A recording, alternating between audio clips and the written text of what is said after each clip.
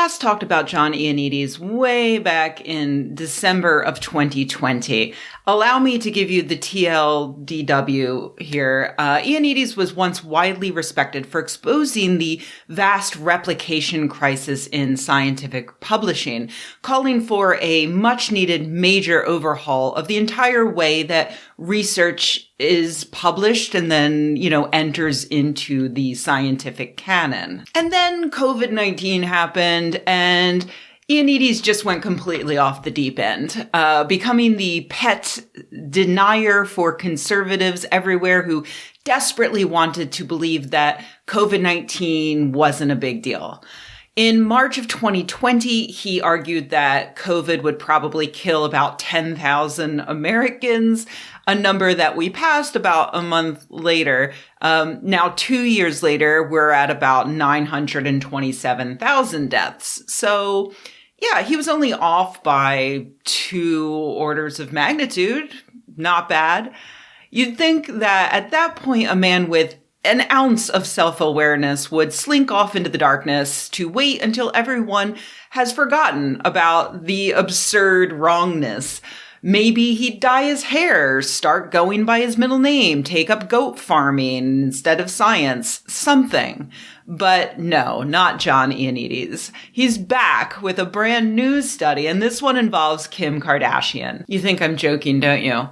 Do you really think that I would joke about something as important as Kim Kardashian and the wrongest man in science? Okay, so to understand this absolute circus, first we need to talk about 2 haughty declarations that happened in 2020. If you've never been to an academic conference, you should know that the people who put them on and many of the people who attend them absolutely fucking love to take some time between sessions at the bar to write little screeds and make attendees sign them and take pictures with them. And then, the next step, I assume, is nailing them to a church door and then stepping back to watch while civilization changes before their very eyes. So, all the way back in October of 2020, a bunch of libertarians got together in Great Barrington, Massachusetts, and they signed a completely brain-dead document announcing that henceforth all low-risk people and high-risk people who would absolutely love to die of COVID should return to normal life, going to work and school in person, drinking from each other's glasses at bars, spitting in one another's mouths, enjoying wild orgies where, eyes wide shut be damned, masks are optional. Basic, normal pre-pandemic stuff. A lot's happened since October of 2020, so in case you don't remember what was going on back then, only about 1 million people had died by that point, and we didn't have vaccines yet. Now we're approaching about 6 million people dead, and for some reason the libertarians still haven't bothered to take down their stupid declaration. So 2 weeks after the Great Barrington Declaration was farted into existence, a few dozen other scientists drafted a reply in the form of the John Snow Memorandum published in The Lancet. The John Snow Memorandum suggested, contrary to the Great Barrington Declaration, actually, maybe we should lock down until we control the spread of the deadly pandemic. Or at least until we get some vaccines in a few months, instead of just, letting everybody die. This was obviously quite controversial amongst centrists who were very worried about how divisive the whole thing was. Like, oh dear, can't we all just get along?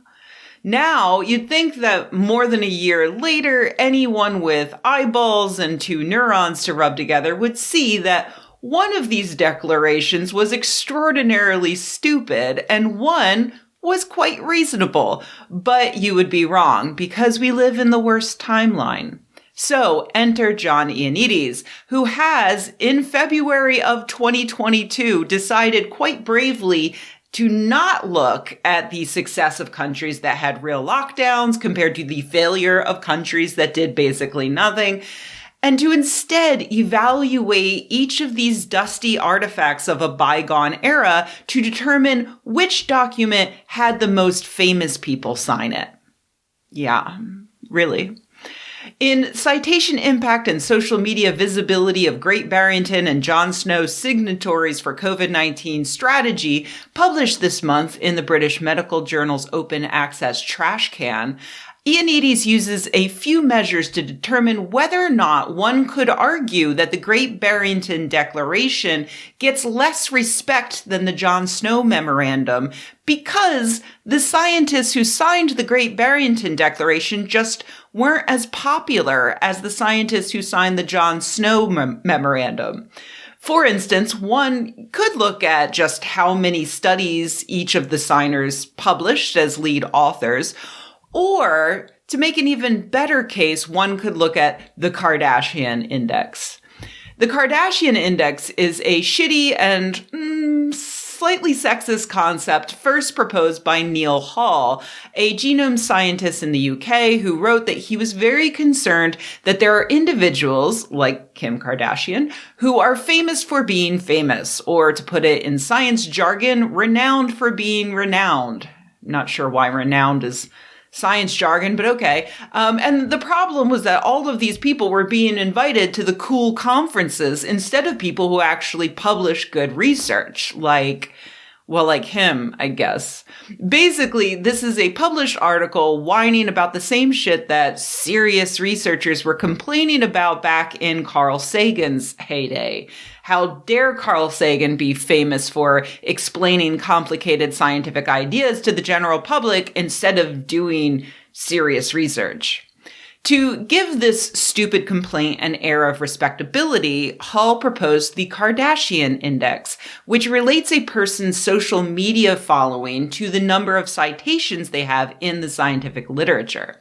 By calculating someone's K-index, you can tell whether you should respect them or, I don't know, look down on them for being more popular than you. Ioannidis took it upon himself to calculate the K-index for 47 key signers of the Great Barrington Declaration and 34 key signers of the Jon Snow Memo.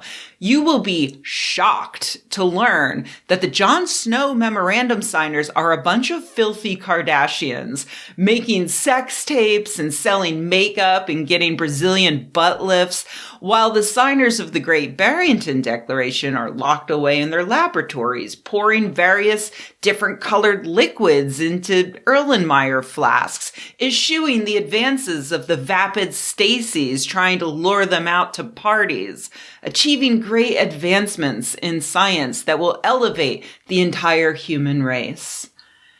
And that, dear reader, is why we should go back in time to October of 2020 and let people go to bars. QED. I'm so glad we settled this. I honestly can't wait to see what Ioannidis comes up with next, possibly comparing the relative popularity of William Jennings Bryan and Clarence Darrow, finding that Darrow was quite well liked while Bryan was downright hated by everybody, which means that the pro-evolution argument got way too much undue attention.